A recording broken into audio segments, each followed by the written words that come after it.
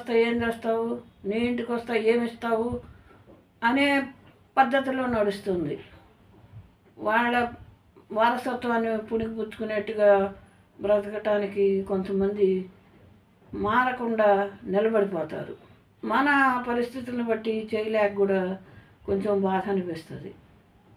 ఈ విషయం అందరూ తెలుసుకోలేరు. ప్రేమ లేక కాదు, పరిస్థితులు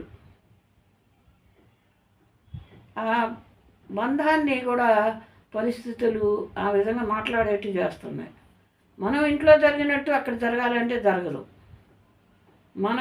మన ఇంట్లో ఉన్నలాగా టైం ప్రకారం జరగవు.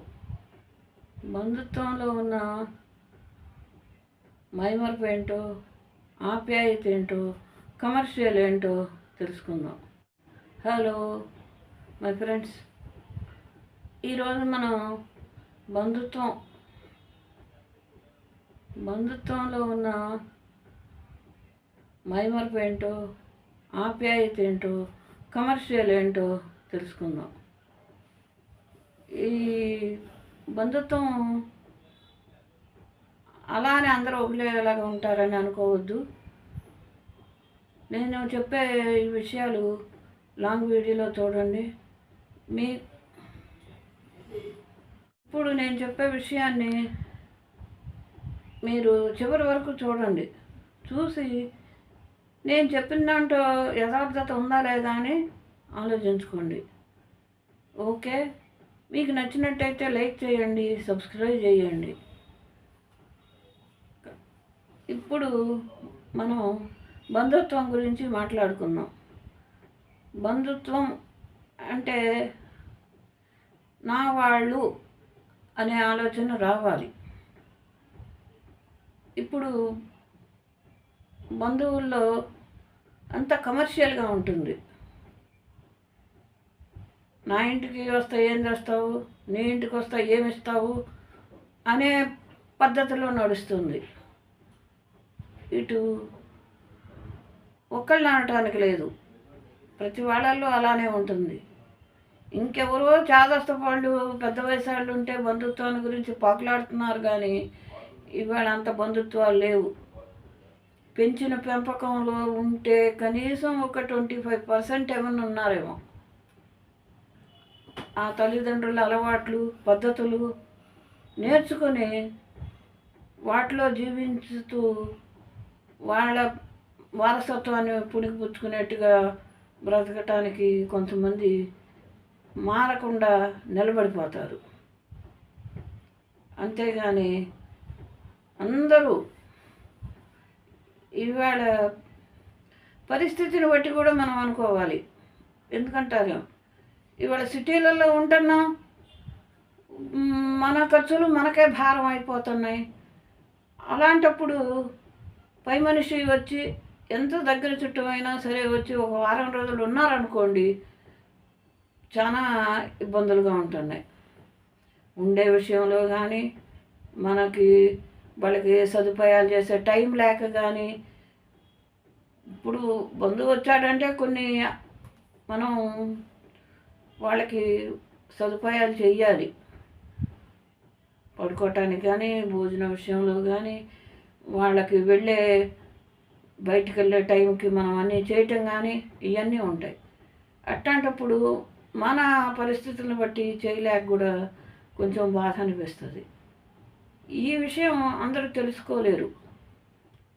చుట్టాలు వచ్చారంటే అమ్మో వాళ్ళకి చాలా చిరాకు అని వాళ్ళు అనుభవంతో వాళ్ళు మాట్లాడతారు, కానీ వీళ్ళ బాధలు ఏంటో వాళ్ళకి తెలవు. అలా ఉండిపోతున్నాయి పరిస్థితులు. ఇప్పుడు బంధువులే కాదు, కేవలం ఇవాళ నేచర్లో పిల్లలు ఎలా ఉన్నారంటే, అమ్మో మా ఇంటికి రావాకమ్మమ్మ, మేము చేయలేము నీకు అని డైరెక్ట్గా చెప్పే స్థాయిలోకి ఉన్నారు. ప్రేమ లేక కాదు, పరిస్థితులు ఆ బంధాన్ని కూడా పరిస్థితులు ఆ విధంగా మాట్లాడేట్టు చేస్తున్నాయి. మనం మామూలుగా ఇంకో చాటుకు వెళ్ళామనుకోండి, వెళ్ళినప్పుడు మనలో కూడా తప్పులు ఉండకూడదు. ఎందుకంటారేమో, మనం ఇంట్లో జరిగినట్టు అక్కడ జరగాలంటే జరగదు. మనకి మన ఇంట్లో ఉన్నలాగా టైం ప్రకారం జరగవు. జరగనప్పుడు వాళ్ళని విమర్శించకూడదు. వాళ్ళ పరిస్థితులను బట్టి, వాళ్ళ ఇబ్బందులను బట్టి వాళ్ళు మనం చూస్తారు. ఇలా ఉండట్లు.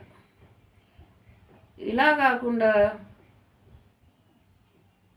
ఎంత డబ్బున్నాళ్ళైనా సరే, ఇవాళ విషయానికి వచ్చేసరికి ప్రతి రూపాయిని లెక్కేస్తున్నారు. అందుట్లో పెద్దవాళ్ళు ఇంటికి చుట్టాలైనా మనం తక్కువ స్థాయిలో ఉండి వెళితే మరీ చులకనగా చూస్తారు. ఆ చులకన భావం ప్రేమ లేకపోవటం మూలాన, ఆప్యాయత లేకపోవటం మూలాన వస్తుంది. నువ్వు పెట్టేది పెట్టు, నీకు నీకు ఎంత ఖర్చు పెట్టి వాళ్ళని చూడాలనిపిస్తుందో అంతవరకే చూడు. కానీ తక్కువ చేసి మాటలు కానీ పద్ధతుల్లో కానీ చూపించొద్దు. అది తెలుసుకోండి. ఇప్పుడు నేనున్నాను అనుకోండి, ఒక చోటుకి వెళ్ళాను, వాళ్ళు డబ్బున్నాళ్ళు, నీకు ఇష్టమైన 100 రూపాయలు చేరబెట్టు, ఓకే. అది 1000 రూపాయలు చీర పెడతా ముష్టేసినట్టు పెట్టకూడదు. ప్రేమగా 100 రూపాయలు చేరబెట్టు, మనసుకు ఎంత ఆహ్లాదంగా ఉంటుంది. ఇలాంటి చిన్న చిన్న పొరపాట్లు జరుగుతున్నాయి. ఈ పొరపాట్లు మన ఆలోచనలో మార్పు రావాలి. బంధం అంటే డబ్బు కాదు, బంధం అంటే ప్రేమ. బంధాన్ని ఎప్పుడు కమర్షియల్గా చూడొద్దు. బంధాన్ని ప్రేమిద్దాం. మనం అవతల వాళ్ళని ప్రేమిస్తే వాళ్ళు మనను ప్రేమిస్తారు. ఇవాళ ఇదే బంధుత్వం కన్నా అపార్ట్మెంట్లో ఉంటున్నాం, ఇరుగు పొరుగు వాళ్ళు ఉంటారు. అప్పుడు మనం ఎట్టుంటామంటే బంధుత్వంలో ఉన్నదానికన్నా ఎక్కువ పక్కవాళ్ళ. ఇప్పుడు ఎందుకంటారేమో, మనము ఏకాకులుగా ఉంటాం, వాళ్ళు అలానే ఉంటారు అందరినీ వదిలొచ్చి. ఇందుట్లో మన అవసరానికి పక్క వాళ్ళు చిన్న సహాయం చేసినా అది మనకు పెద్దగా కనపడుతుంది. అలాగే మనం చిన్న సహాయం చేసినా వాళ్ళకి ఎంతో భారం దిగిపోయి ప్రశాంతతగా ఉన్నట్టు అనిపిస్తుంది. ఈ బంధుత్వంలో రాటల్లో వాళ్ళ మాటల్లో తేడా ఉంటుంది, పద్ధతుల్లో తేడా ఉంటుంది. కాబట్టి కేవలం కమర్షియల్గా తయారైపోయారు కాబట్టి అనిపిస్తుంది. మనం వండుకున్న కూర కొంచెం వండుకొనివ్వండి, 2 రకాలు వండుకుంటే 2 రకాలు 2 గిన్నెల్లో పెట్టి పక్కాళ్ళకి ఇస్తాం. అదే ఒక మనిషి మన ఇంటికి వస్తే భారం అనిపిస్తుంది.